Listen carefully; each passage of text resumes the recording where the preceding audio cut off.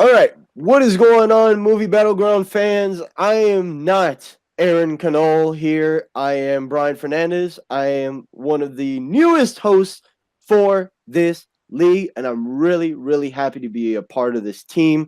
I'm really happy to be working behind the scenes with everybody who's also part of Full Metal. And if you guys have not checked out Full Metal, please do. Please, please, please do. Everybody in Full Metal are awesome, tacular dudes. Today is going to be a fantastic match going on. We got Dan, Skip, Allen versus Ryan Conway. We got the Boston Red Sox versus I don't know which team Ryan goes for. I mean, technically it would be the Orioles, but I don't watch sports, so I don't care. Look at you. Okay, let's ask these two guys what their mindset is going to be going into this match. Ryan, are you excited for today's match against Dan? I would say so. I mean, I've debated once before in another league, and it didn't go over very well. So maybe that proves I'm not so good at this. But then again, this is a different match. This is a little bit of a different format. So this could work in my favor. I don't know until I get in the ring and duke it out. So, but I'm looking forward to this. This should be fun. I'm got my notes here. I'm ready to go. Going into this match, how hard did you have to prepare for Dan? Because he knows a lot of fucking movies. So, what did you have to do to prepare for this match against Dan?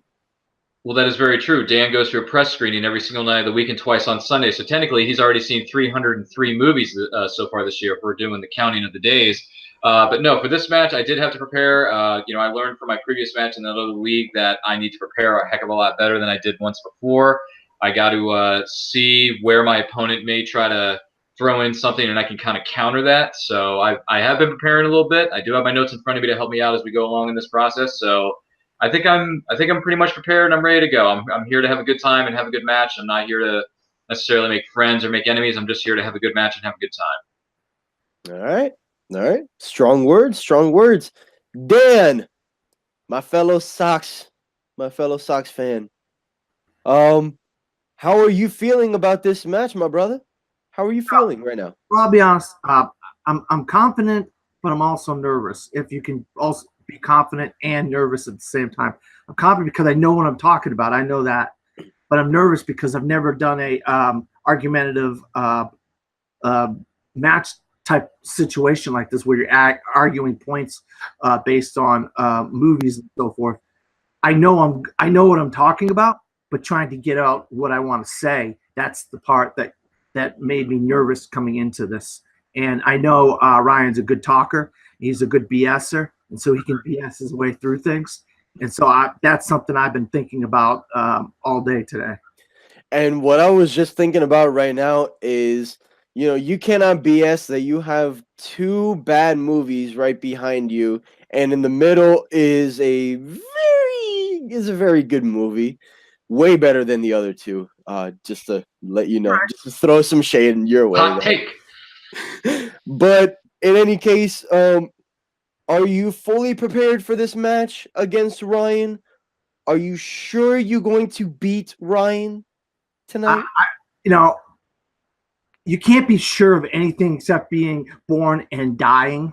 So other than that, no, I'm not sure about anything. I'm just going to go in and say the points that I want to make and the things that I want to say, and I hope it's good enough to win today. All right. Very, very strong words from both competitors. Now, we go to the actual match, which I'm trying to get a coin over here to see who's going to be arguing first for this match. All right. So, for the first question, we are going to do heads or tails. And seeing as though both of you guys are very equal when it comes to doing trivia, when it comes to doing everything, we're going to go with the Sox fan over here. Dan, heads or tails? Heads. All right, so if it lands on heads, Dan, you're going to go first for this question. If it lands on tails, Ryan, you're going to go first. Coin flip is in, and let's see who's going to go first. It lands on tails. Ryan, you are going to be answering first. And the first debate question is, in honor of the release of The Ballad of Buster Scruggs, which I've never heard of that movie, go figure. Probably Dan has heard of it because he's probably seen it. You never know. Opens on Netflix next Friday. Okay, good for Netflix. What is the best anthology movie? Ryan, you have until 2 minutes, or if you want to finish before 2 minutes to argue your opening statements. Time starts when you speak. All right. So for this question, what is the best anthology movie? I actually went with Sin City, which is based on the popular graphic novel written by Frank Miller. This film is directed by Robert Rodriguez. Tells a story about a bunch of people in this crazy, crazy place known as Sin City and how their stories kind of intertwine with each other, how they're interconnected. I chose this film because 10 years, 10 or I believe, what is it, 2005? So 13 years ago when this film first came out, it was talked about a lot. A lot of people were talking about it. It got some recognition for its visual effects and how it changed the way noir films were put together. And also, an all-star cast that is a mile long. And 13 years later, people are still watching this movie. People are still talking about it. It is the graphic novel is still selling a good amount of copies, I'm sure.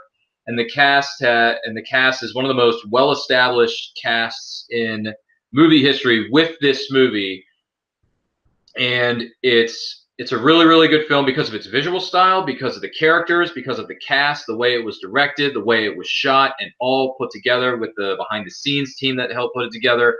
It's got a much better rating as far as Rotten Tomatoes goes. Roger Ebert gave it a 4 out of 4, but I'll talk a little bit more about that later.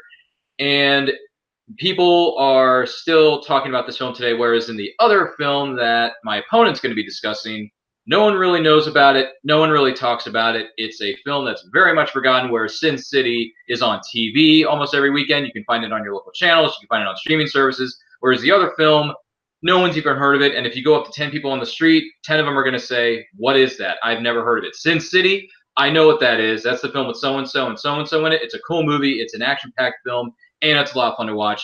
That's why I went with Sin City. Okay. Dan, that was a very good, strong argument. Very, very good.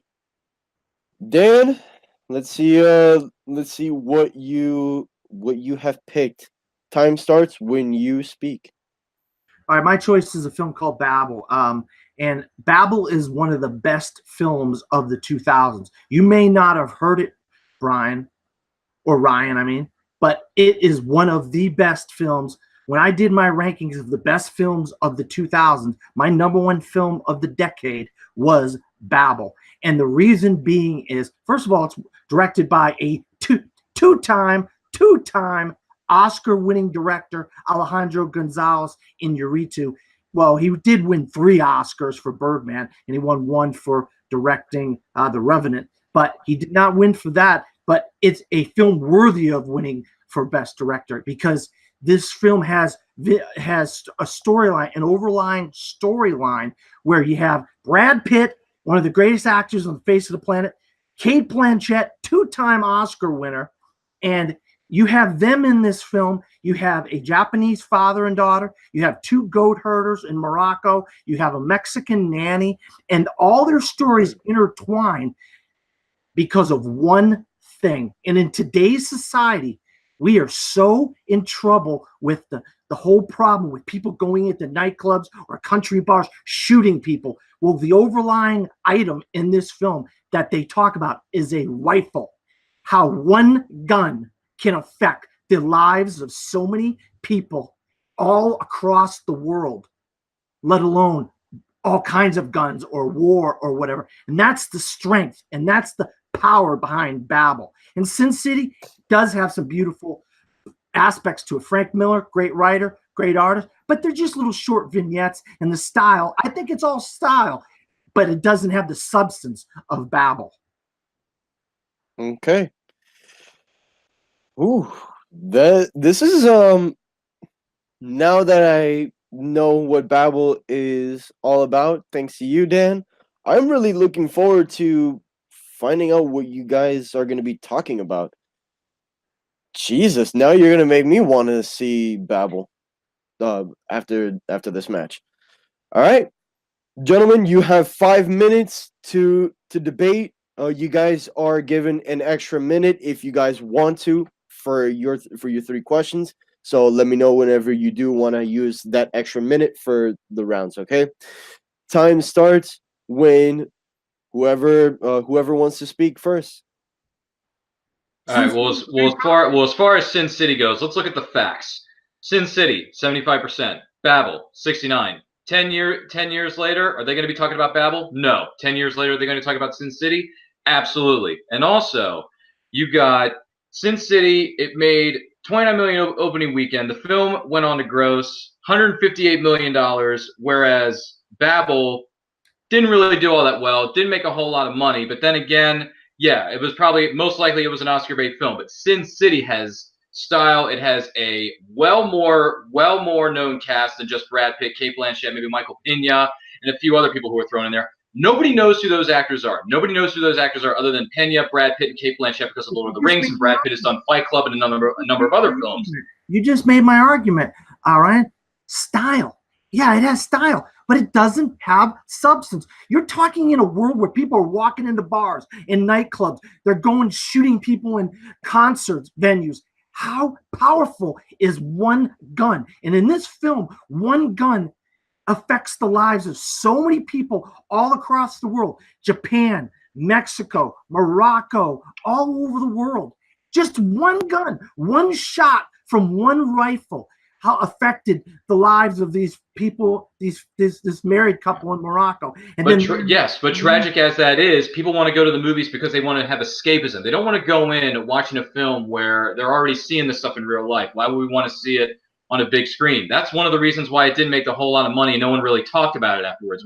They were sad, they were depressed, they went home, they thought, well, the world's bad enough as it is. This movie just made me feel a whole lot worse. Whereas at the end of Sin City, people were like, that was cool, that was fun. I had a lot of good times with that. I had my friends with me, I had other people with me. It's fun, it's stylish, it's got some play, it's got a big cast that has pretty much a star from each and every genre of every single film that you can possibly name. Heck, Alexis Bledel is in this movie, and people know her best from Gilmore Girls. So you already had that popular thing going in there with it. So, and it made a heck of a lot more money, and a lot of people were talking about that film more so than anything in Babel, because Babel was talked about for maybe 5 minutes, whereas Sin City is talked about for weeks and weeks and weeks. It made over $158 million total on a $40 million budget. That's insane. That is insane. Great films don't have to make money. A lot of great films don't make money, but they have an impact on society. Raging Bull didn't make a lot of great money, but it became the greatest film of the 80s when they did their voting at the end of the decade in the early 90s. Whoever thought Raging Bull would be great? Because it is the greatest film of all time. And Babel will be considered one of the greatest films of all time, especially once you start watching the news and you see how guns can affect people. Yeah, is Sin City cool? Does it have a good cast? Sure it does. Alejandro Gonzalez has proven over and over again, he's winning Oscars. So he's a proven director. So Babel is a film that he directed, and he goes on later on to direct other films that win Oscars. He's got Cate Blanchett, a 2-time Oscar winner. Brad Pitt, probably the biggest star on the planet in the film. And they did it because they knew how powerful and how important being in that film was. Yeah, but if you look in today's market and all these different events that are held around the country and around the world, they're called Comic-Cons. Do you see anybody cosplaying as somebody from Babel? No, you see people cosplaying as Sin City. You see writers, artists, creators talking about how Sin City has influenced their careers and influenced their life, whereas Babel's like, okay, it was a good, decent artistic film, but it did nothing. It's fake. It's not real. Babel has the feel of a real life story, something that you can relate to that's going on today and in society all across the planet, where people are putting bombs in buses and doing all this kind of violence and blow up buildings and all kinds of crazy stuff. This has a feel of a real life event, like something this could really happen in reality. And that's what makes it so powerful, Ryan. Yeah, okay. see your point, but look at. I mean, just look at the names and generations that this cast alone, not Babel notwithstanding, with what Sin City covers. Benicio del Toro, Oscar performing actor, fantastic. You got Clive Owen, Rosario Dawson, Brittany Murphy, Josh Hartnett, Jessica Alba, Elijah Wood from Lord of the freaking Rings, Alexis Bledel from Gilmore Girls. You have Powers Booth, Carla Gugino from the Spy Kids films, Michael Madsen, who's been in a gajillion films in his career, and Frank Miller, one of the most recognizable names in pop culture today. Whereas Alejandro Inarritu, no one really knew who he was when Babel came out. They didn't know who he was until Birdman and The Revenant came out, and even other films that he's done. Well, so that's why Sin City in this case was winning. That was a hell of a first round right there. Damn. Let's go ahead and do a closing argument for a second. Let's go with Ryan. Give us a closing argument on why you think Sin City is the better movie than Babel. All right, so to wrap this up with Sin City is, yes, it's a very stylistic film, but at the same time, one of the biggest reasons of all that people go to the movie theaters is to enjoy themselves, is to have a good time with their friends and or family, depending on what the movie is.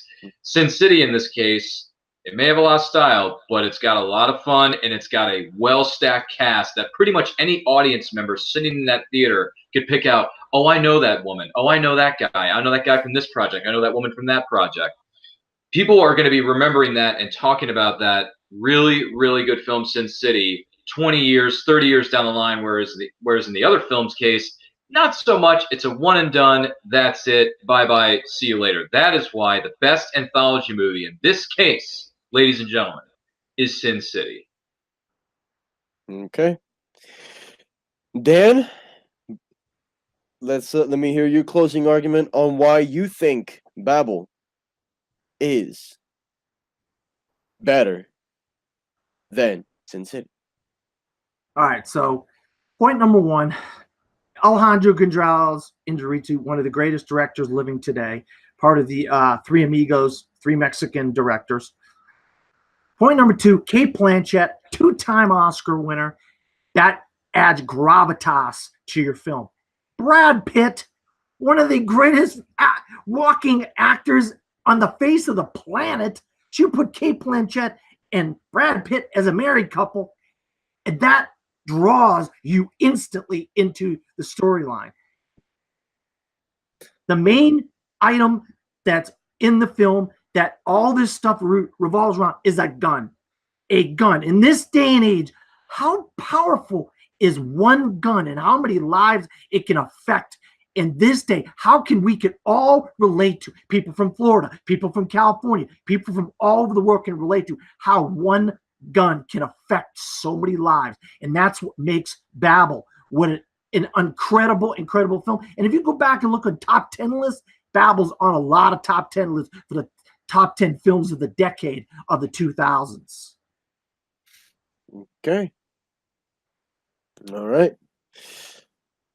That was very good. I like the opening statement that you made, Ryan. 13 years, people still watch and talk about it. Cast is very stacked. And Babel, it is directed by Alejandro Iñárritu, Oscar talent, and he has won a lot of Oscars. Fucking guy. But the real thing that really struck out to me was when Dan said Sin City has a lot of style, but it doesn't have a lot of substance. But then you really countered when you said that that people want to escape from it, and that people want to have a good time, and just basically you were saying that Babel was is a little bit of like a one and done type of movie. You would want to see it once, and then not really want to watch it again. But then afterwards, Dan says, great movies don't need to make money, just needs to make an impact on people, which I do agree a lot on. However, the Oscar talent going in, within the movie, it is a very stacked talent there, but I do like a lot of like that main point there. People want to escape from being in the cinemas. People want to have a lot of fun watching movies. I do agree. I do see the fact that everybody wants to see Babel and just be like, wow, that was an amazing performance. Will I rewatch it? 5-10 years down the line, maybe not. Let me just point out one other thing, ladies and gentlemen. That once Dan used the word gravitas, I'm not gonna give him the point for that. So sorry about that, Dan. I started using the word gravitas before John Roca you ever heard of John Roca. Okay. Yeah. First point, I gotta give it to Ryan on this one. Both of you made a lot of fantastic points in this match, in this first round. You guys really did make a lot of great points. Okay. Second question. Oh Lord, this is gonna be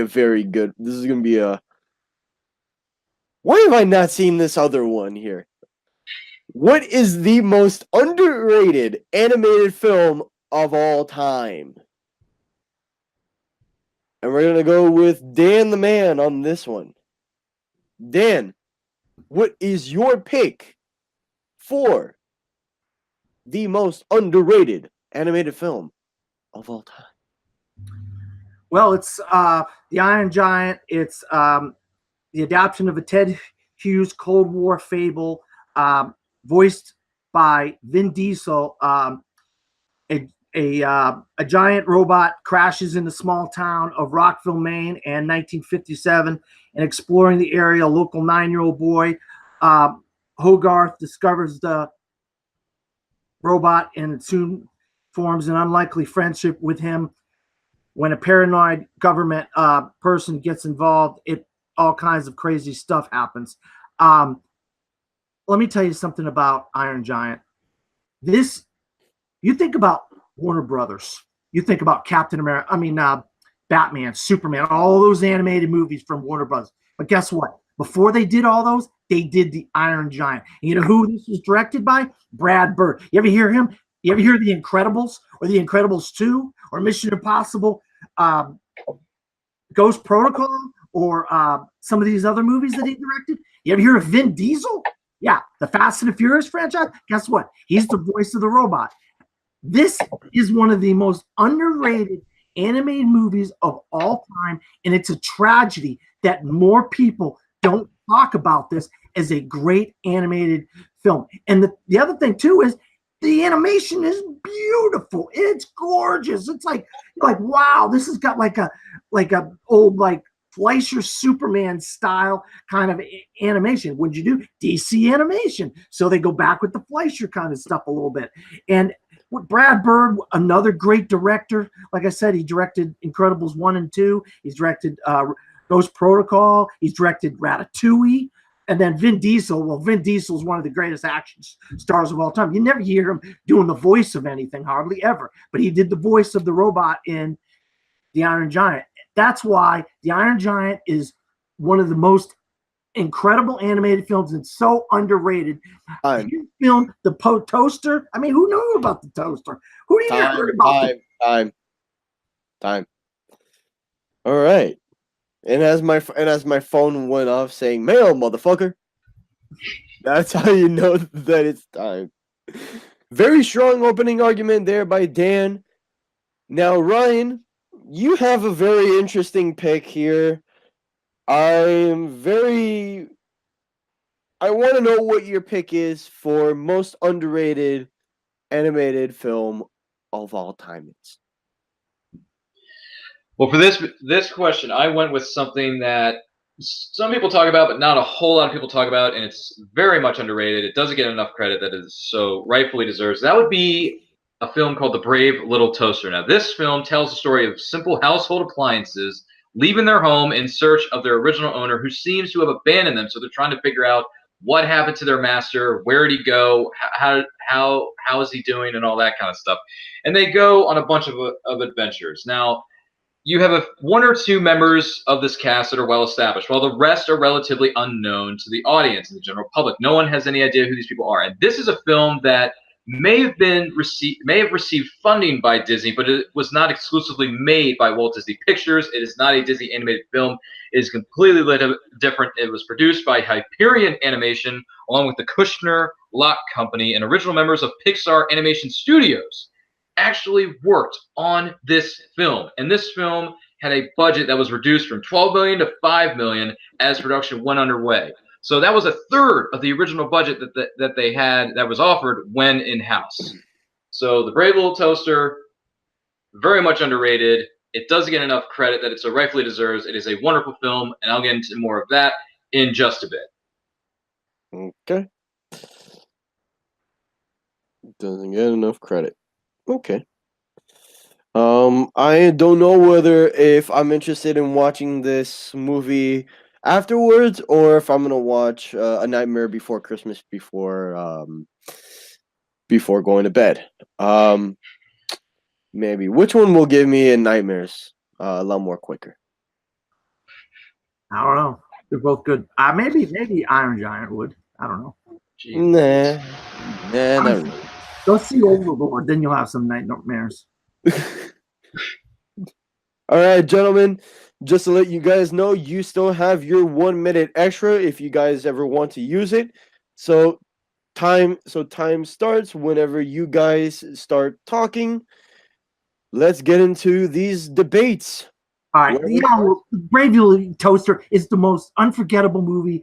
Nobody ever heard of The Brave Little Toaster. Why is this an underrated film? It's not. It's forgettable. Nobody ever heard of it, Ryan. You're the only person I ever heard that I've ever heard. That's not underrated. That's forgettable. Nobody cares about this film. Iron Giant is a phenomenal, gorgeous, beautiful film with great direction, great cinematography, great acting by Harry Connick Jr. and Vin Diesel. I mean, this is a phenomenal film. Yeah, but with Brave Little Toaster, this film proves that you don't always have to use well-established actors in the Hollywood community to make a great animated film. You can actually get naturally talented voice actors in that room to record their voices for specific characters in specific films. And then Brave Little Toaster is a great example of that. Yes, you had John Lovitz as radio. Yes, you had Phil Hartman make a cameo appearance as an air conditioner. But at the same time, you had unknown actors, but they were talented voice actors come in there with a small budget that this film had to work with little to no funding from Disney, and they made it on their own terms. They made the film that they want to make with their vision, and not let corporate overlords like Warner Brothers or Disney oversee the making of the film. This film has a huge cult following, and generation upon generation has grown up with The Brave Little Toaster. The Iron Giant had it had Harry Connick Jr. Yes, it had Christopher McDonald. Yes, it had Vin Diesel. But The Brave Little Toaster, once again, it proves you don't always need big name stars to sell a movie. You don't need big name studios to sell a movie. This film is a true underdog story of what you can do with your own talents and not have to worry about corporate studios overlooking you each and every single day of the week and looking at the dailies and having to criticize you for saying this shot shouldn't be in this film. This character should be out of the film. I mean, look at what the critics have said about this film. The Washington Post called The Brave Little Toaster, not the other film, but The Brave Little Toaster. It's a kid's film made without condescension. New York Times went on to say, visually, the movie has a smooth flowing momentum and a lush storybook opulence, whereas Time Out said the film had a winning combination of not only inventive characters, but amusing dialogue, excellent voiceover, likable tunes, first-rate animation, and Discreet News says it is a wonder of the film industry. It's funny, it's occasionally thrilling, animated feature aimed at kids, but it was a sophisticated sensibility intended to reach their parents as well, not just children. Plus, The Brave Little Toaster won the Parents' Choice Award in 1988 when it came out. Did the Iron Giant win any accolades? No, it didn't. Brave Little Toaster won. It was also nominated for the Primetime Emmy Award for Outstanding Animated Program. You talk about forgettable. You saying Babel was forgettable? Well, I'm saying the Brave Little Toaster is forgettable. Nobody ever heard of the Brave Little Toaster. These people have heard of the Iron Giant, and it's a great movie. It has heart. I got quotes. I can read quotes too right here. You want Nell Minow of Common Sense Media. This wonderful film from the director Brad Bird has so much humor and heart that it's one of the best family movies around. After delightfully disobeying his mother, young Hobart's huge wanders the woods in search of aliens, stumbles across a giant iron, rescues it from electrifying fate. That's Bob Smithour plugged in. Perhaps because it has certain subversive tone, this is overlooked America. It deserves a bigger audience overseas, where its message, as much as a charm, it will most likely be better received. That's Kim Newman Empire. So that's a British guy talking. So I mean, you have a lot of people saying a lot of good things about the Iron Giant too, and those voices help bring it to a bigger and greater audience. If you don't have those voices like Pixar and DreamWorks and Illumination, where the voice talent helps make explode these animated films, then people don't care about them. That's what it is. Nobody cares about the Brave Little Toaster. 1 minute, guys. It's just a movie that's so forgettable that I never ever heard of it. That's how forgettable it is. And I've been watching movies for 40 years. And the Iron Giant is a wonderful, beautifully drawn movie, great direction, great voice talent. I mean, it's incredible. All right. Well, also back in that year, 1988, it was nominated for the Sundance Film Festival Grand Jury Prize for Best Dramatic Film. That is a huge, huge thing for the Brave Little Toaster. And how many people can say that their film spawned a franchise? Brave Little Toaster has 3 movies. Iron Giant was a one and done, and there was a lot of talk going around the studio saying we might want to make a sequel, we may not do it. And plus, Iron Giant was distributed by Warner Brothers. What was the Brave Little Toaster distributed by? Hyperion Animation and the Kushner Lock Company. Once again, proves you don't need a big studio and you don't need big name talent. And also, Brave Little Toaster has a few songs within it that are a heck of a lot more memorable than anything in the Iron Giant did. Anything the Iron Giant did. Iron Giant didn't develop a cult following until many, many years later, whereas Brave Little Toaster developed a cult following not too long after it had come out, and generation upon generation was raised on this film. Time. Probably. All right. Jesus Christ, dude. You guys are putting on a hell of a match right now. Jesus, dude. Holy bejesus. All right. So there are a lot of fantastic points within this match here. This is going to be a really tough closing argument for you guys. Dan, you mentioned a lot of great things in your points. Try to knock down this movie as hard as you can. That's what I want both of you to do. So if you guys want to mention out, a lot of, like positive things about your movie, awesome. But try to knock down the other movie as hard as you can. So let's try to do that, okay? Dan, you go first with your closing. Time starts when you speak. All right. Coming into this match, I had never heard of the Brave Little Toaster. And you know what? I asked folks, I said, "Do you ever hear of the Brave Little Toaster?" People said to me, "No." I asked people, friends, family, people, acquaintances of movie people that I know, "You ever hear of the Brave Little Toaster?" "No." And I said, "You know what? Neither have I." You know why? Because nobody cares about the Brave Little Toaster. It's a movie that's it's so forgettable that nobody knows about it, except for obviously Ryan. That's not underrated. Forgettable is not underrated. It's just forgettable. You know what it needs to do? Just go off into whatever atmosphere or place it can crawl off into, and Ryan can go watch it there, because this movie is ridiculous that even Ryan would even bring this up in comparison to the Iron Giant. Iron Giant is one of the most beloved animated films of the last 30 years, and it's so underrated. It's sad that people haven't given it the chance it deserves, but it really is one of the most breathtakingly beautiful movies for the time. The animation was top notch, and the voice talent, like I said, and direction, top notch. But nobody cares about the Brave Little Toaster. It's so forgettable. Okay. All right. Ryan, your closing arguments for Brave Little Toaster. Time starts when you speak. All right. Iron Giant, one and done film. Brave Little Toaster, franchise film. Made on its own terms, with its own money, with very little funding, if not support from Disney. It was made by Hyperion Animation, Kushner Lock Company. You had voice actors voicing characters that they were born to play. Deanna Oliver's Toaster, Timothy Day's Blanket, Tim Stack as Lamp, John Lovitz's Radio, Thurl Ravencroft as Kirby, Phil Hartman as the air conditioner.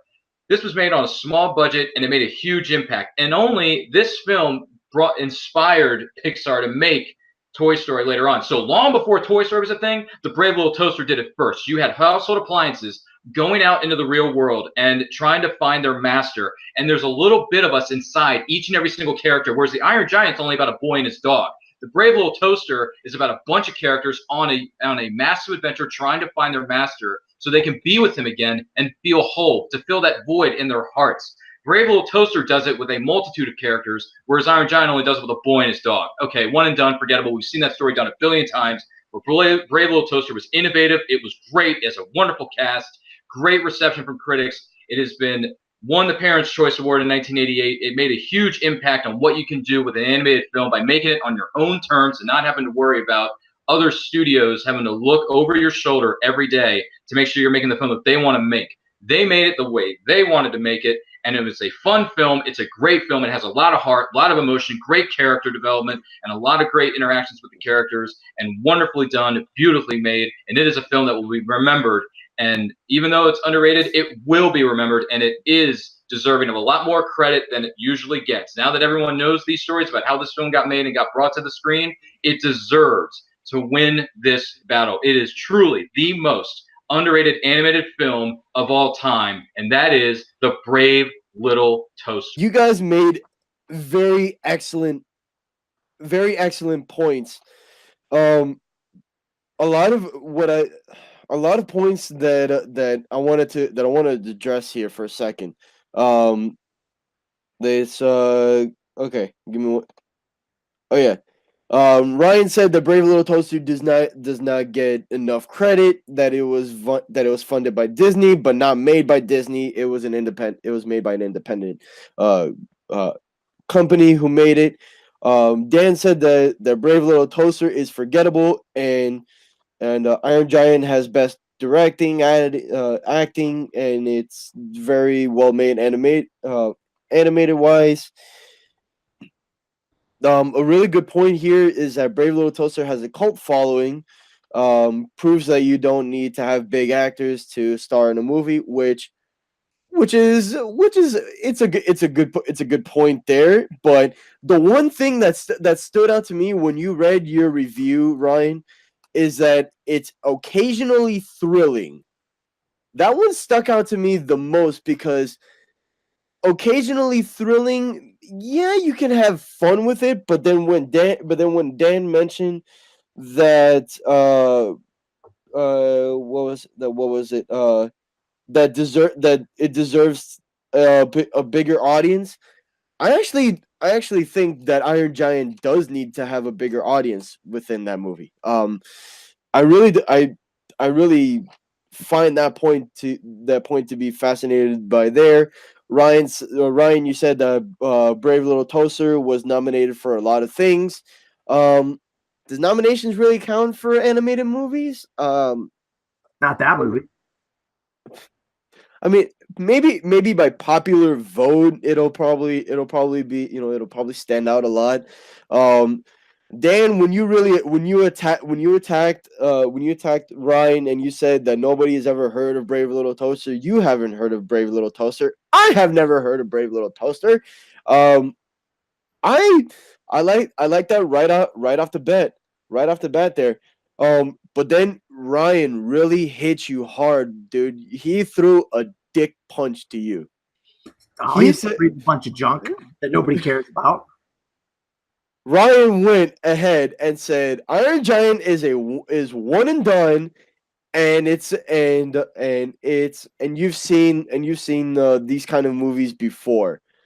And another point that I really liked about Ryan is that it's an original movie instead of being a cliche like dog, kid finds a dog type of situation. You tell me a boy and his dog stories aren't good. You tell me that's not good. A boy and his dog story. You have a heart, Brian? You have a heart. I do have a heart. I do have a big heart. Dog story is a very good story. If that's what you want to call the Iron Giant, then that is a great, nostalgic American story of boy and his dog, and you know it. The thing is that I agree with Ryan is that we've seen those kinds of movies before. We have seen those movies before. But having said that, the arguments were very strong with Ryan. But once you start off by saying that people, that more people need to talk about that more people need to see, the Iron Giant, and more people need to really, it doesn't get a lot of it doesn't get a lot of credit.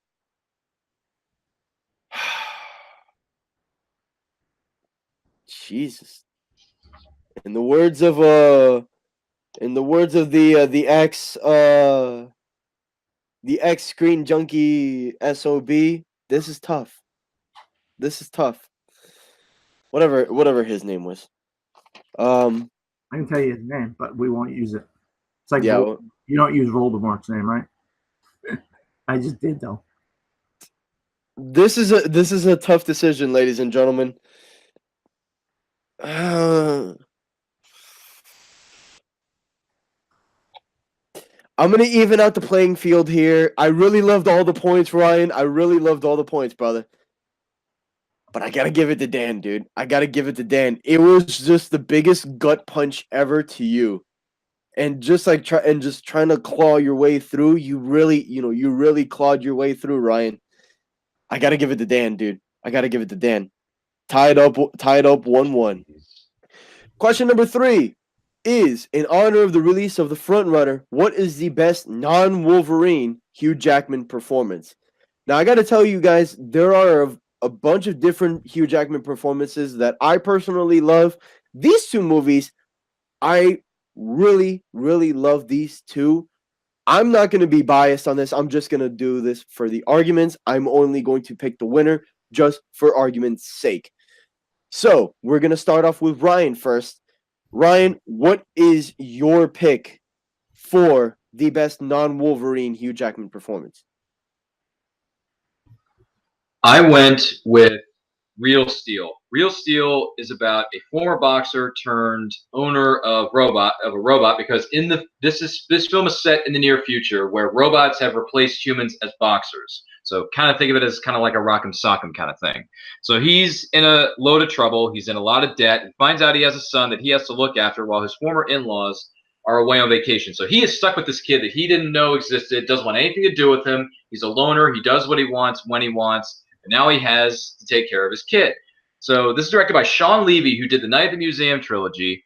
It's got Hugh Jackman, Evangeline Lilly, Dakota Goyo as his son Max, an unknown actor who makes a big impact in this movie, Anthony Mackie, Kevin Durant, speaking of MCU/Marvel actors. You got Hope Davis, James Rebhorn, and this film, Real Steel, is the best non-Wolverine Hugh Jackman performance because it covers all audiences and not just one specific part of the audience like the other film does. That's why Real Steel is the best one here. Whoa. Wow. That's fuck, with only 1 minute left to spare for your opening argument. That's a very good, strong opening argument. Dan, I hope you have a really good opening argument here. Time starts when you speak. All right, let me tell you this. Prisoners is about Keller Dover. All right, he's a father, and he's just having a Thanksgiving dinner, and wouldn't you know it, the most unbelievable nightmare you can imagine. Your child goes missing. And of course, just like any father, you're going to go nuts. You're going to be like, what the hell is going on? You know, and so he just goes into a tailspin. He doesn't know what's going on. You have Detective Loki, played by Jake Gyllenhaal. You have a kind of a weirdo played by Paul Dano. His wife is played by Viola Davis. And this film is directed by Denis Villeneuve. You might all know who Denis Villeneuve is. He's one of the great directors going today. Blade Runner 2049, Prisoners, Arrival, some great films. But let me talk about Real Steel for a second here. Real Steel is a fine, disposable sports movie with a twist. Jackman is good in it, but it's not the role that requires that much from him. Not to mention, it's a role that you could put literally any other actor in. You could plug any other actor into this role, and it would probably come out the same as it did in this movie. Now, with Prisoners, you have so much emotional baggage that goes along with the character of Keller Dover.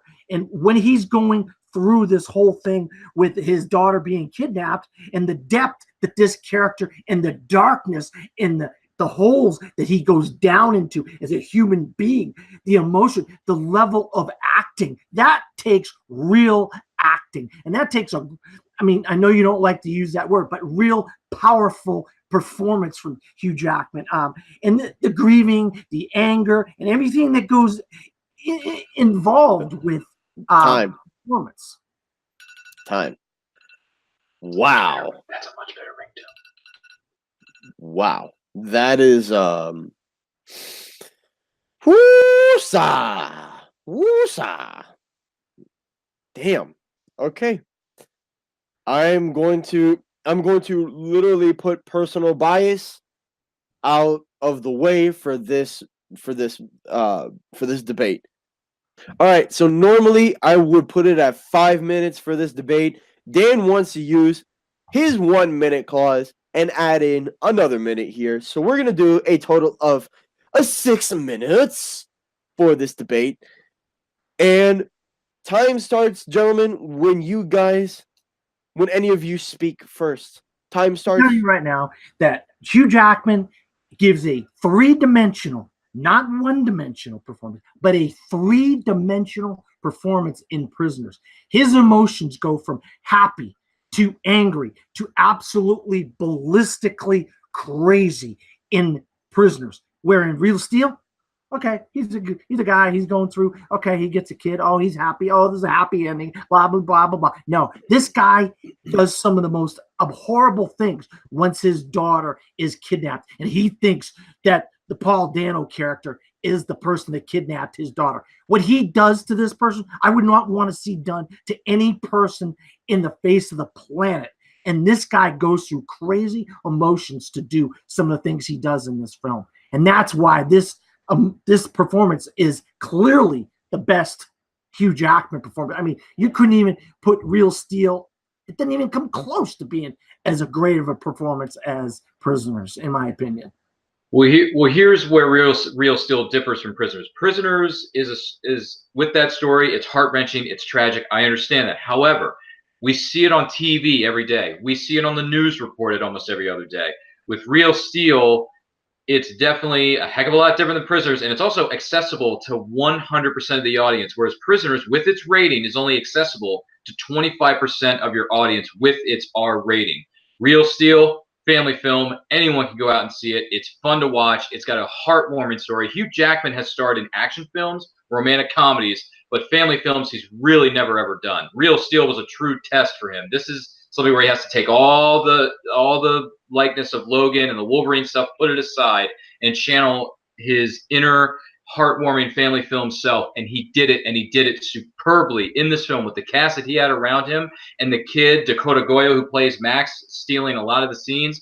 Hugh Jackman really holds his own, and he commands the screen, and you root for this character, you feel for this character. Whereas in Prisoners, yeah, you may root for him, but you're also kind of like, this is a really sad, depressing story. I don't know if I'm going to like this film. I don't know if I'm going to walk out with a happy ending with this. And it really wasn't a happy ending. With Real Steel, it's a happy ending, put a smile on people's faces. And the most important thing about Real Steel is this film gives people hope, whereas Prisoners is like, well, this is really sad, and I better take extra care of my kid because my daughter or son can end up being the one that gets taken next. We've seen that kind of story before. Real Steel, a little bit of a different story. And also, you had a really well-established cast. You had Sean Levy, who has made some really good family films in the past.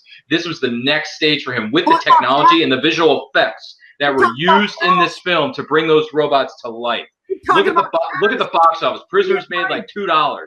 Real Steel, $85 million opening weekend, made over $300 million worldwide in total. The cast is nothing compared to the cast in Prisoners. Not even close to the cast in Prisoners. Jake Gyllenhaal, Paul Dano, Viola Davis, Maria Bello, freaking Terrence Howard. I mean, this is like night and day. Melissa Leo. I mean, it's night and day, the cast. What are you talking about, Ryan? Your cast is nothing compared to this guy. Your Oscar winner. This cast has got Oscar winners and Oscar nominees. And Denis Villeneuve has gone on to direct so many great films after this. I mean, Arrival and Blade Runner 2049. I mean, two phenomenally gorgeous films. This director has proven that he is a director to be reckoned with. When you have that kind of dueling performances between Hugh Jackman and Jake Gyllenhaal, that keeps elevating Jackman's performance. The anger and the emotion, the grieving father, everything that goes with it, that to me shows the level of the performance. Not, okay, oh, there's robots, oh, there's a kid, okay, it's happy-go-lucky, oh, blah, blah, blah. There's no emotion. There's no... I mean, these characters don't do nothing compared to what they do in Prison. What that father, that Keller Dover character goes through. I mean, I don't know how you can even come close to comparing these two, Ryan. Yes, but there is emotion in Real Steel. And also, how many films can say that they walked out of the theater saying, we got an A on Cinema Score? Prisoners didn't get that.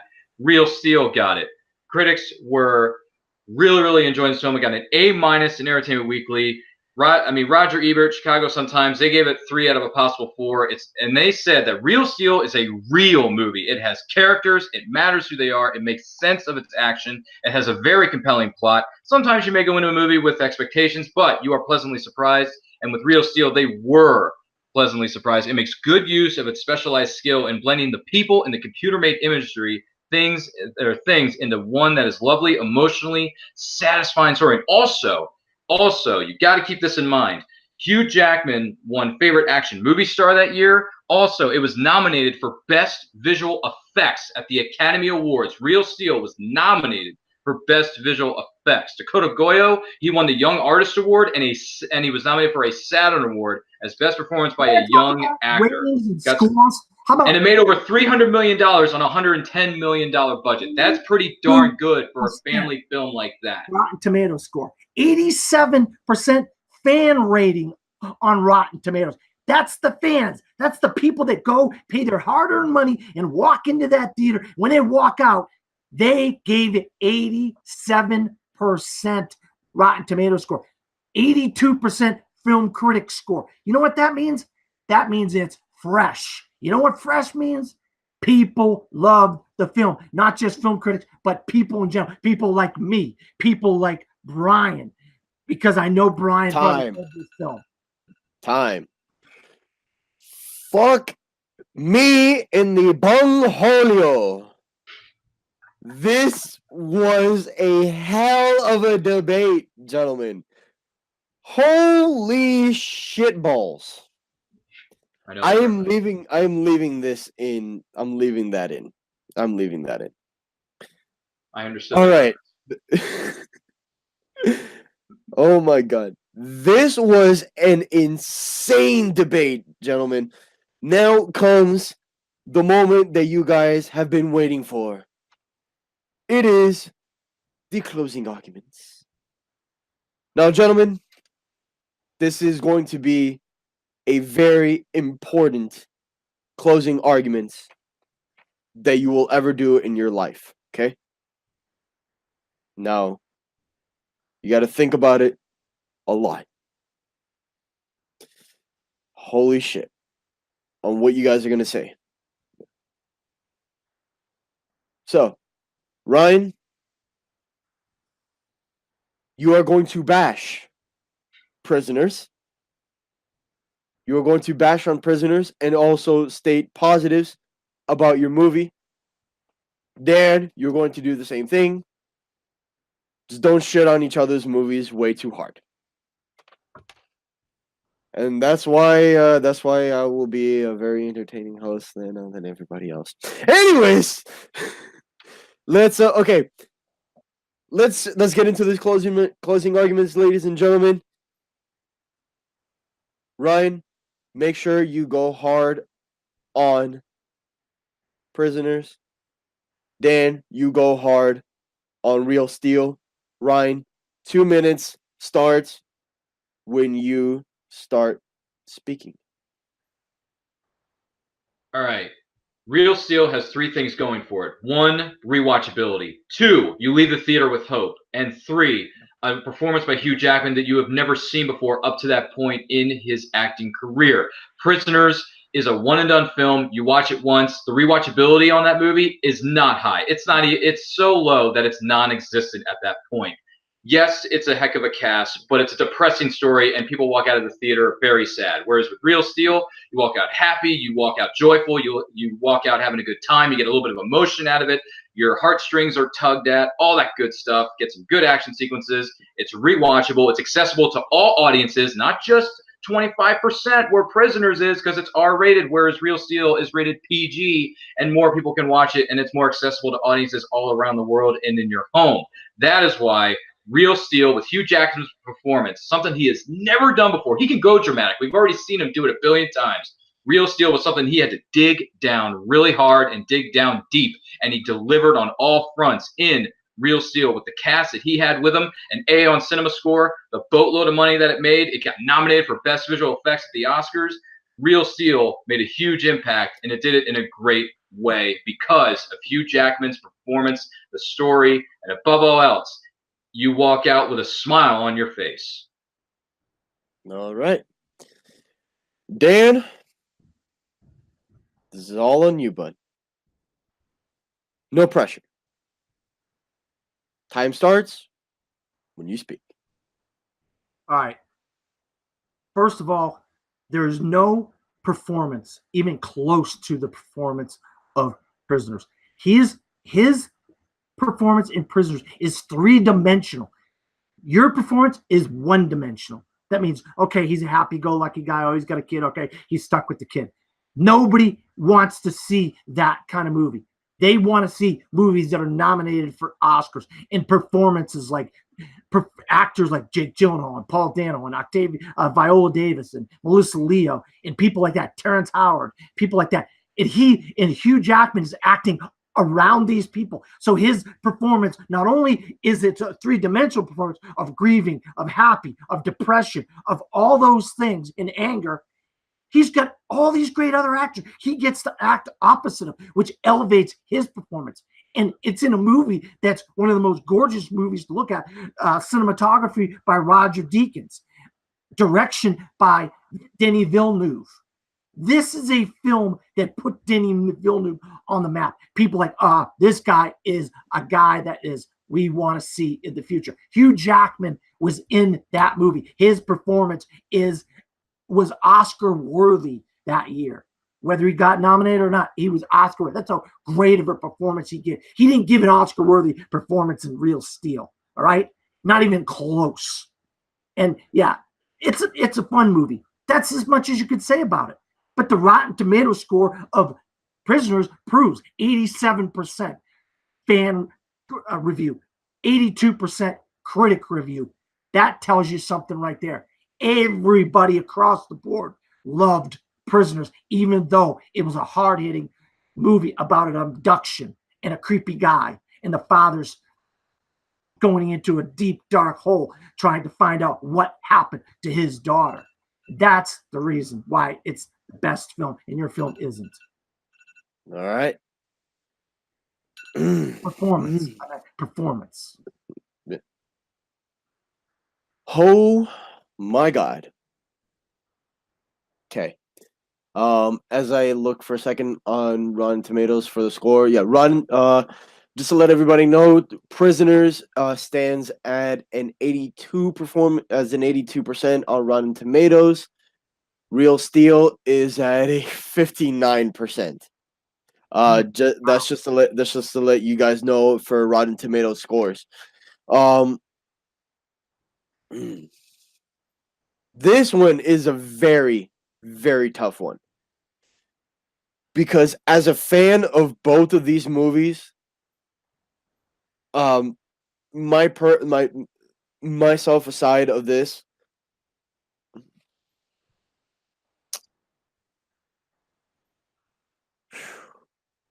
you know, the subtlety that brings out Hugh Jackman for both of these movies. They're both really fantastic performances. There's no doubt about that. This one, Prisoners did really break out, and it also broke out Denis Villeneuve, which was really good. Dan, you made a good point there with with Prisoners having a three dimensional performance than just a one-dimensional performance. But I think technically they both give three-dimensional performances. They both have a lot of heart. They both have a lot of courage to them. They both want to they both are fighting for what they believe in. Ryan went out and said Prisoners is a heart-wrenching and tragic, which is the same as what we see on the news all the time, which I can't disagree with you on that. But the money wise, I didn't really care how it did money wise, so I put that as a note there. So I put in money wise question mark. More money than other question mark. Cast is better than Real Steel. There's it's a very very Oscar worthy cast. So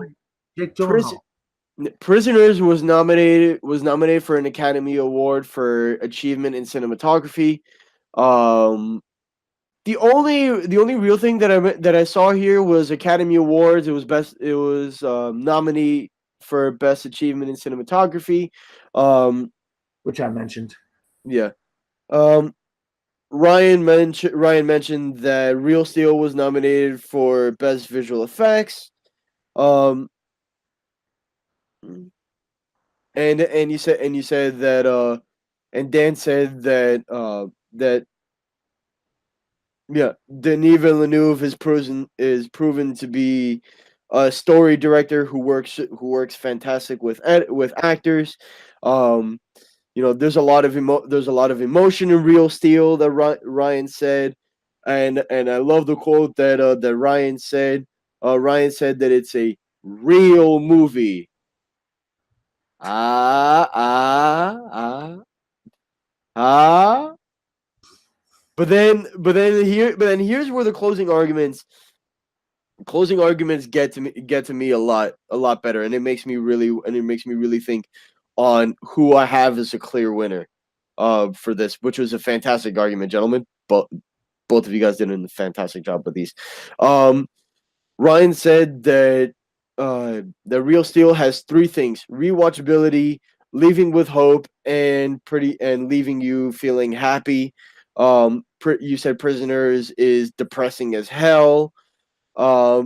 And you can go into this movie looking for fun performances, and you definitely will get that. Dan, you said no performance compares to Prisoners. acting alongside other Oscar performers is remarkable. And Rotten Tomato scores are better than Real Steel, which we all, we can definitely see that there. Okay.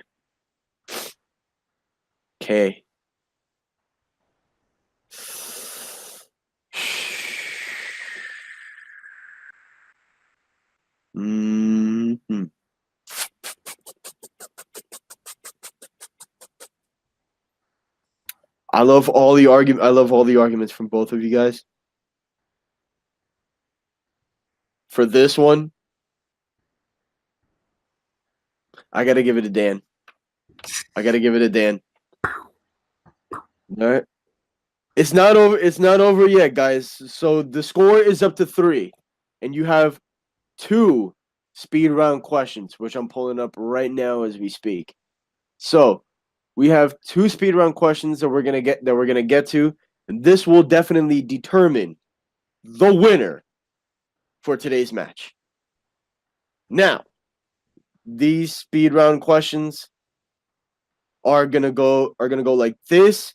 You guys are gonna be given 30 seconds for your opening rebuttal. You guys, and for your counter, you're gonna be given 20 seconds. And then if I need something else from you guys to discuss about, you guys are gonna be given 10 seconds to get out your point. All right. You guys ready for the speed run?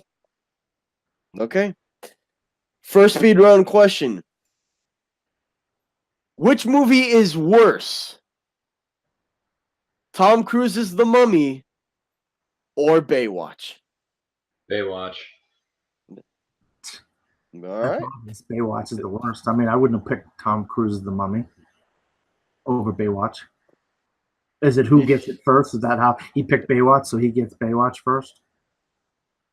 Is that how you work it? Yeah, that's pretty much how it goes. I mean, if he said it first, then he's gonna be arguing for that. So, yeah, go figure.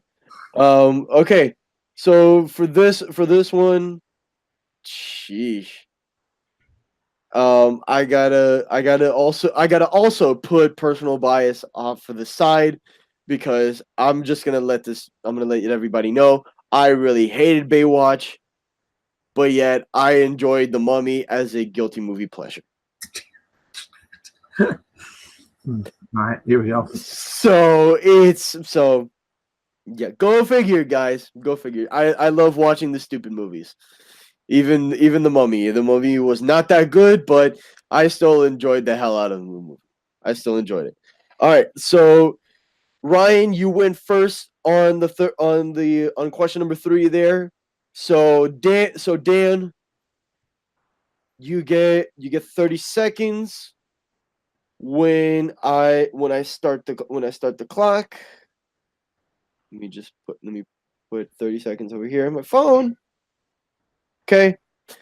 So 30 seconds on your opening, starting when you speak. Boris Karloff.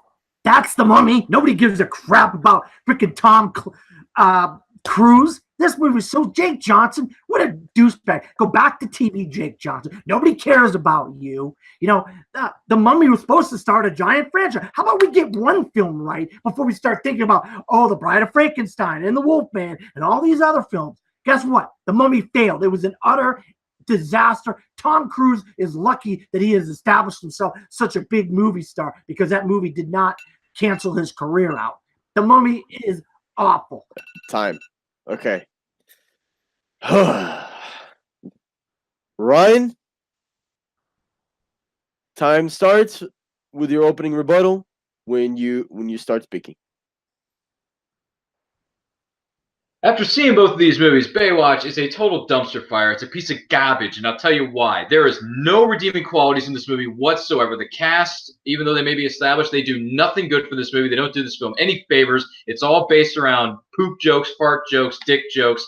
inappropriate humor, and it doesn't do the movie any favors. It tries to be something that it's not. It is a piece of trash that never should have been made, never should have existed. That is why Baywatch is a heck of a lot worse than The Mummy. The Mummy is at least somewhat enjoyable, whereas Baywatch is zero enjoyment, and it's garbage. Time.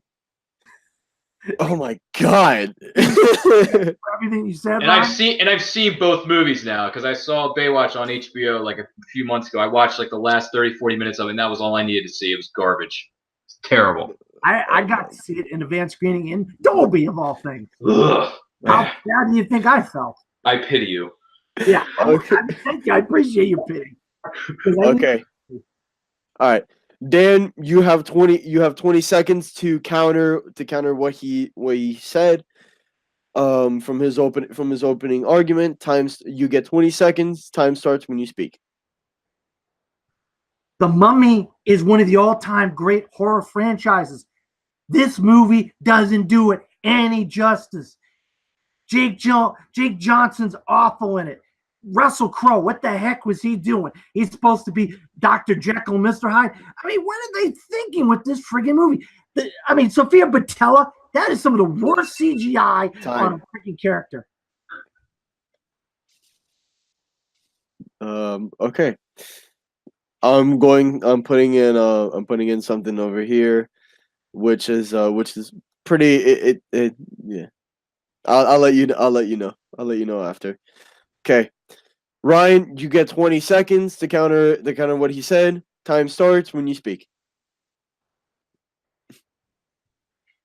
The good thing about The Mummy is Russell Crowe and a little bit of Sophia, but mostly his performance. In Baywatch, there are no performances. It is a flat-out joke. It's ridiculous that this movie even got made. It's dumpster fire garbage. It is something that never should have existed, and no one in their right mind would give this film the time of day. Whereas in The Mummy, you can get a little bit more enjoyment in that than you can do in Baywatch. Baywatch is stupid, pathetic garbage.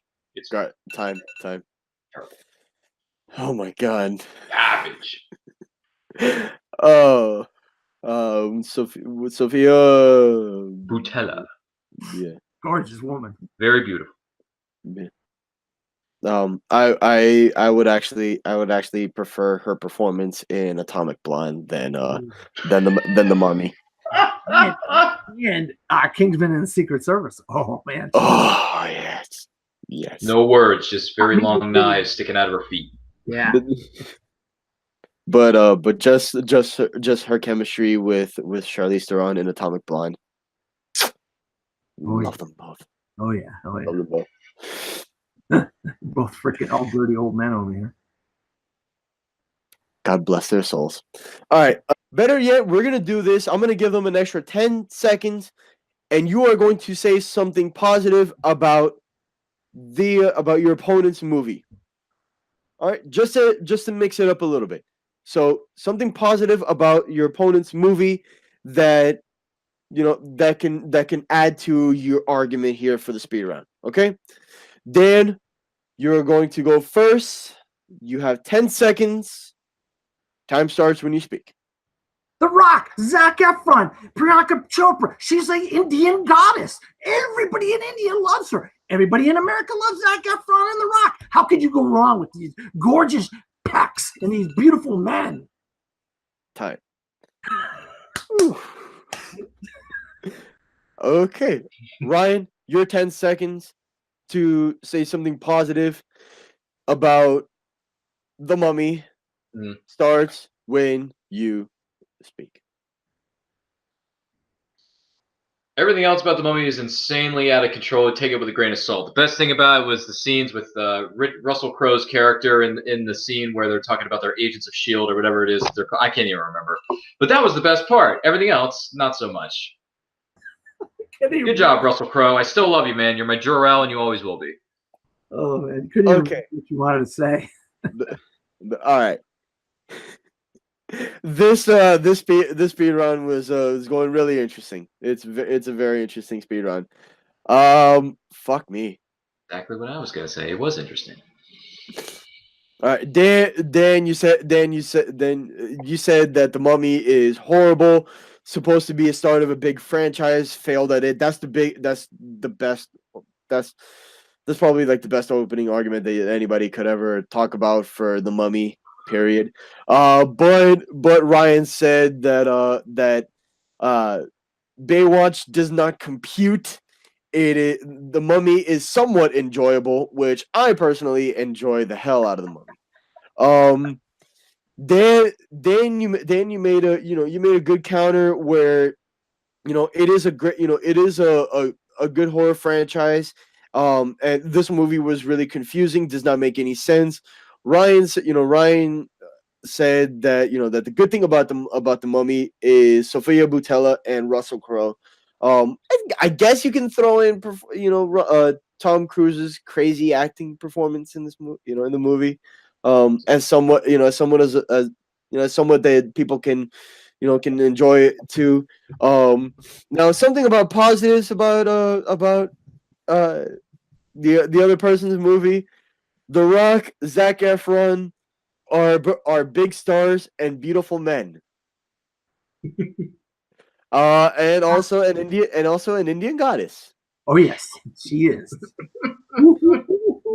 Ryan, that's pretty much what you said about Baywatch, and then Ryan, you said that it's out of control. It's nonsense, but still you can have a lot of fun with it. I do not have fun watching Baywatch. It is such a garbage movie. The fart box. But it's an Indian goddess. It's garbage. It's garbage. It's garbage. I used to have a shirt that said that. How can you go wrong with The Rock and Zac Efron and Priyanka Chopra? Okay. All right. So guess what, guys? We have another tie. We have another tie here. Oh man. Tied 2-2. Tied up 2-2. All right. This is the last question, guys. Okay. This is the last one. Now you guys have to really think about this next one, okay? Mm-hmm. You guys really have to think about this next one. Mm-hmm. And this is and we don't know whether this is going to be a spoiler or anything. We're just basing this off of theory from what's his name? Chris fuck me. What's his name? Help me out with his name. Steve Rogers. Steve Rogers. Captain America? Oh, you mean Chris Evans? Chris Evans. Okay. Chris Evans. All right. Okay. Gee, here we go. 3, 2, 1. All right. So for the second speed round question, ladies and gentlemen, this is going to be the final one. The final one to find out who is the winner for tonight. Second speed round question and the final one. If Steve Rogers, aka Chris Evans, dies in Avengers 4, based off of his tweet, who would you rather take over as the new Captain America? Bucky Barnes. Falcon. Ooh. Ooh. Ooh. All right. Bucky Barnes. Ryan, you said Falcon. All right. Very, very strong picks, gentlemen. Now, it's for all the marbles here. Let's do this. Ryan, you are going to start off first. Like I said, put on your thinking cap. Think about it really, really hard on what you want to say. Time starts when you speak.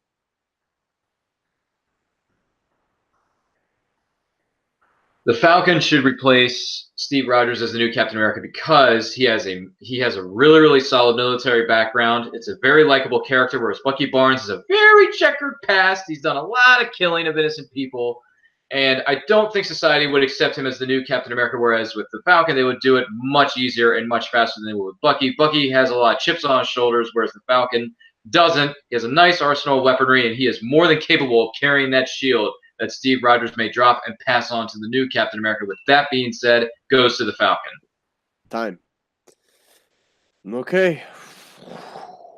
Strong opening. Dan, 30 seconds. Time starts when you speak.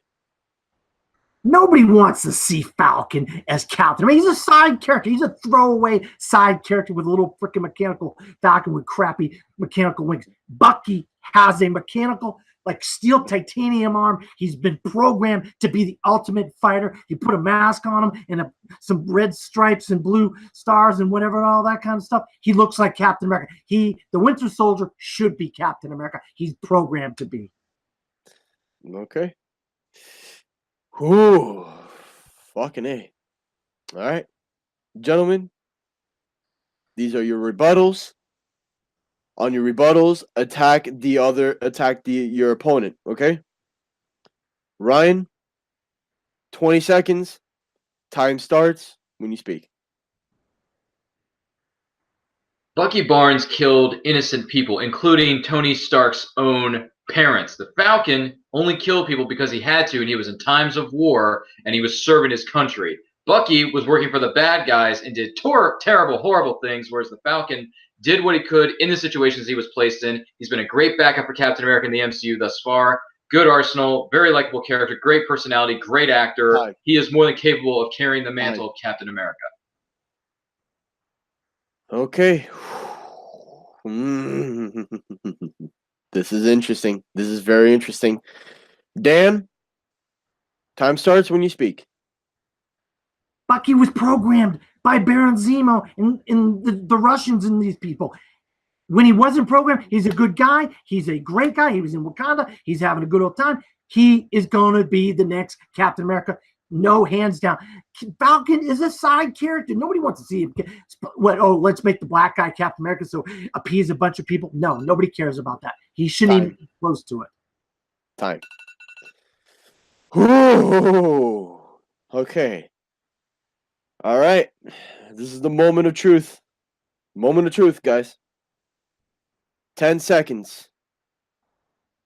Finish it off very strong. Okay?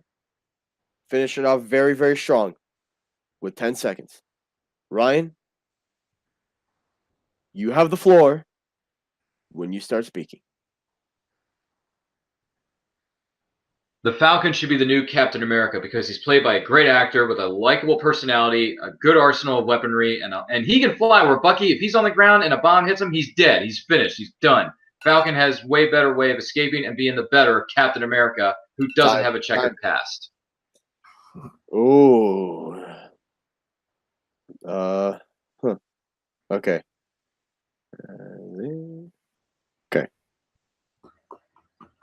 Yeesh. Okay. Dan, this is for the socks. Do this for the socks. So, am I pissing you off, Ryan?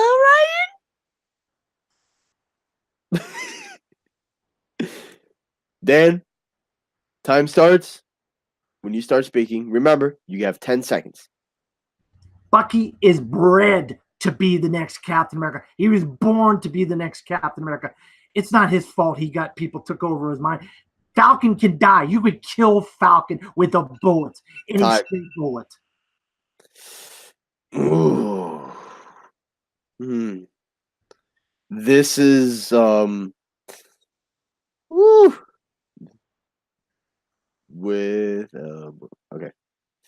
This is going to be the settling factor right here. Who's going to win this match? Both of you guys did a very, very good job. Ryan, you said that Falcon has a military background. Bucky's not trustworthy. Dan, you came out immediately when you said Falcon is a throwaway character. And Bucky is a fighter, and he could pretty much protect people. Ryan immediately countered that, and he said Bucky killed people, and Falcon didn't. I mean, you can say he killed people when he needed to, but then you came back and you said that Bucky can change. he can he can come to reality and be the person that he was way before. Ryan, you said that that Falcon is played by a great actor and has a great personality. Bucky has a troubled past. And then Dan, you said Bucky is born to be Captain America. You can kill Falcon with a bullet.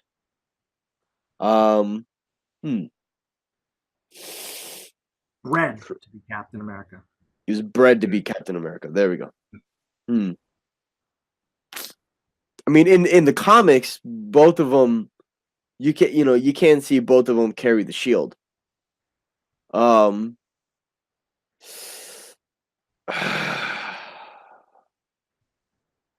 This really is a tough one.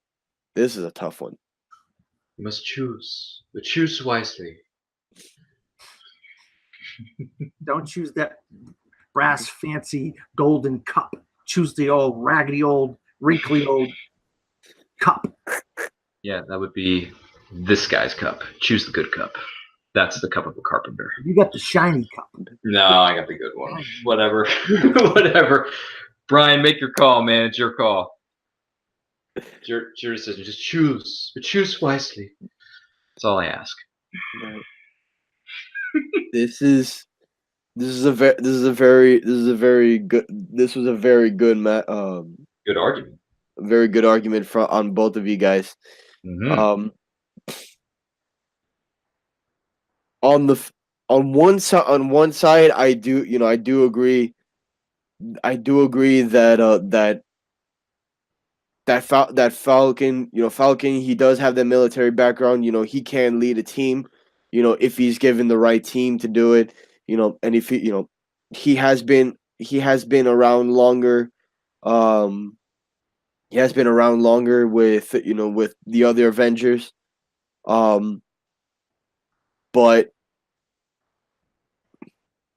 having said that, the mind control aspect of Bucky, how he suddenly started coming back to his senses. He can be a good person again.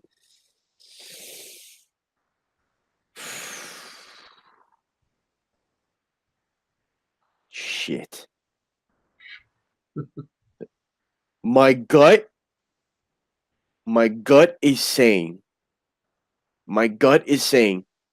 go for Ryan. My gut is saying go for Ryan. But don't do it. My heart is in a place right now where I'm very torn on this. Checkered past versus clean record. Come on. And your winner with a score of 3-2.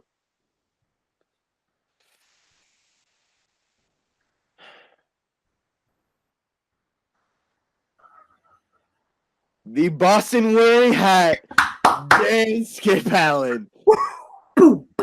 Yeah.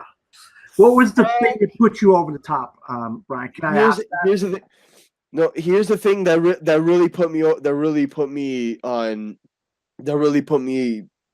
over the edge here for a second was that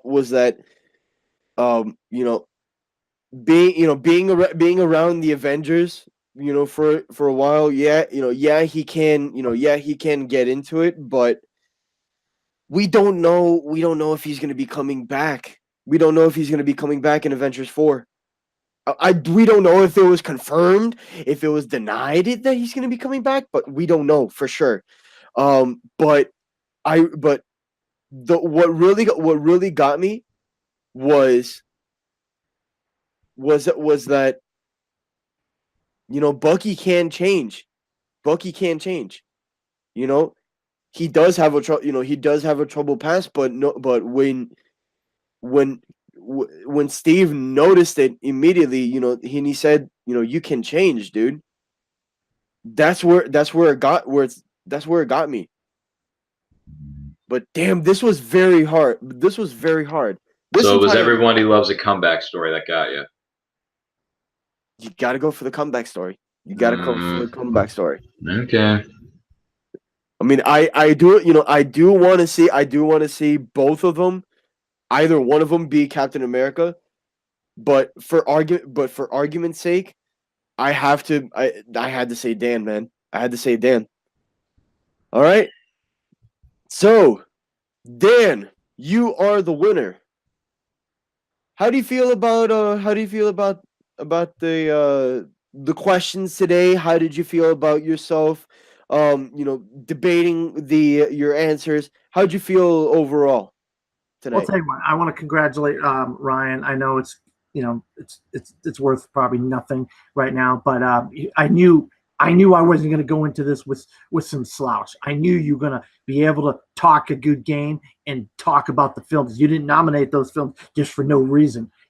I knew you could bring those films up and really sell those films. And you really did with Sin City and the Brave Little Toaster. I thought he was going to go with you with that. I really did. I thought I was screwed with the Brave Little Toaster one. But I think it was just the fact that I watch a lot of movies. I see a lot of performances. I've been doing this for 40 years. I've watched over 200 movies this year, and I know so many different angles to come from when it comes to discussing things. And I think I just kind of made some different points that might have got me a little bit up on Ryan, and that was the difference in the game. I mean, it was just like a 99.9 versus probably a 99.8 overall, in my opinion, the way Ryan argued this thing, because I was worried. I thought I had it. I thought you were going to go with Falcon on the last one.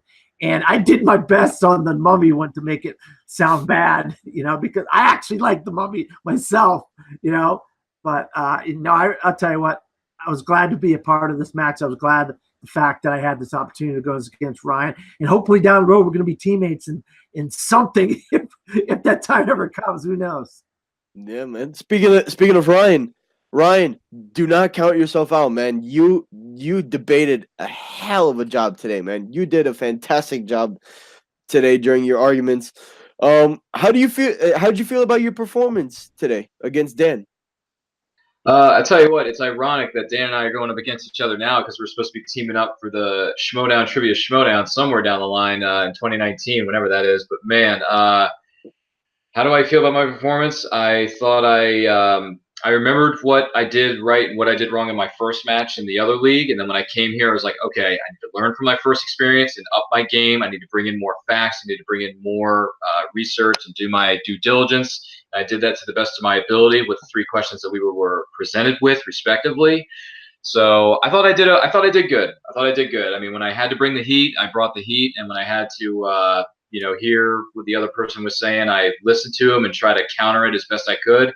Granted, I did it in some ways better than others, but, I'm not saying I'm the best. I'm not saying I'm the worst. I thought I did good. I did my best. Unfortunately, I couldn't pull out a victory today, so I don't know if I'm ever going to come back to this because, I mean, as much as anyone else, I love movies just like everyone here.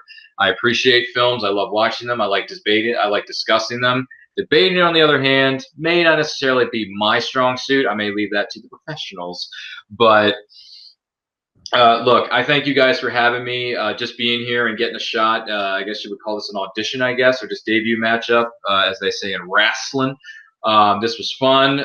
Dan, congratulations to you, good sir. I wish you nothing but the best. Like you said, you see 1 billion films a year, whereas I've only seen 23 films in 2018. So clearly, I am the underdog in this big heavyweight fight. Says the guy who's got posters behind him. So with Dan, not me, because right now all you see is a bloody window. But anyway, shades. But anyway, this was fun. Thanks for having me. I thought I did a good job, but who knows? If I come back, great. And if not, hey, I got other opportunities coming my way down the line with other leagues and other channels. So I look forward to those. So thanks for having me, guys. Yeah, and it was a pleasure to have both of you guys here. It really was. You guys did really, really awesome. Make sure you guys, see these guys perform in various leagues that are going around. And if you guys love Movie Battleground, please make sure to check out all the Full Metal content that's going around. Singles, geek, teams, Full Metal random. You never know what kind of stuff is gonna happen in a Full Metal random matchup. It could be an Iron Man match, could be a specific kind of matchup, could be anything that you want to do. There's a bunch of different stuff that you can watch on Full Metal. Check it out on YouTube, Full Metal Media. And if you guys love Movie Battleground, you guys know what to do. Hit that subscribe button. Make sure to like this video. And if you guys want to check out any other content, please do so. There's a bunch of different debates that's going around for all the matches. You guys can have fun watching them. For myself, Dan Skip Allen, Ryan Permission, I am your host, Brian Fernandez. Take care. Have a good night, guys. And we'll see you next time on Movie Battleground. Yeet! What the fuck was that ending? I don't know. Yeah. So, take care, everybody.